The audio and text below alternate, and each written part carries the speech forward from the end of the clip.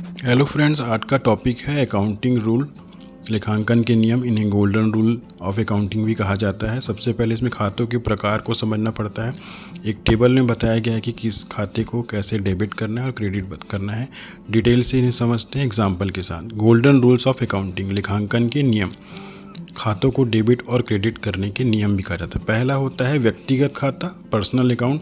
इसका रूल है पाने वाले को डेबिट और देने वाले को क्रेडिट करना है। Debit the receiver and credit the giver. Example है, महेश को 10,000 रुपये भुगतान किए, 10,000 पेड टू महेश। तो इसमें महेश का अकाउंट जो है डेबिट होगा, क्योंकि महेश जो है एक व्यक्तिगत खाता है और पाने वाला है, इसलिए उसे 10,000 रुपये से डेबिट करेंगे। और कैश जो है एक वास्तविक खाता है, रियल अकाउंट है, और क्योंकि कैश व्यापार से बाहर जा रही है, इसलिए व्यापार से जाने वाली वस्तु अकाउंट को क्रेडिट करते हैं। तो Mahesh account debit and cash account credit, ये इसकी एंट्री होगी। आप टेबल से इसे मैच कर लेंगे, टेबल के रूल से। और Mahesh account will be debited as Mahesh is receiver, cash account will be credited as cash is going out from the business. Second है वास्तविक खाता, वस्तुगत खाता, इसे रियल अकाउंट कहते हैं। व्यापार में जो वस्तु आए उसे डेबिट और व्यापार से जो जाए उसे क्रेडिट करते हैं। Debit what comes into the business, credit what goes out of from the business.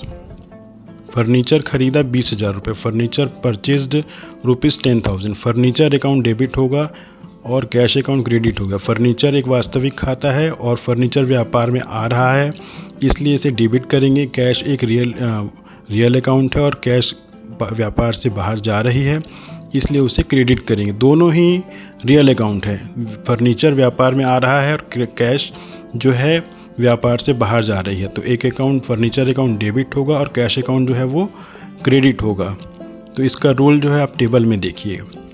नाम मात्र खाता, अवास्तविक खाता, इसे नॉमिनल अकाउंट कहते हैं। खर्च एवं हानि के खातों को डेबिट करते हैं और आय और इनकम से संबंधित जो है, लाभ से संबंधित जो है, उसे क्रेडिट करते हैं। वेतन के 3,000 रुपये दिए, पेड फॉर 3,000 सैलरी।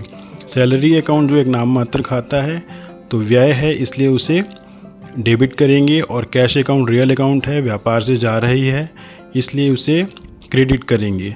तो वेतन जो है नॉमिनल अकाउंट का रूल उस पर लागू होगा, इसलिए वो डेबिट होगा। और कैश अकाउंट जो है रियल अकाउंट है, तो उस पर जो है रियल अकाउंट, क्योंकि व्यापार से जा रहा है, कैश जा रही है, इसलिए वो रूल लागू होगा।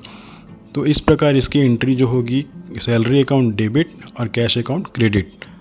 तो ऐसे एग्जाम्पल के थ्रू आप टेबल को फॉलो करके इसे बना सकते हैं।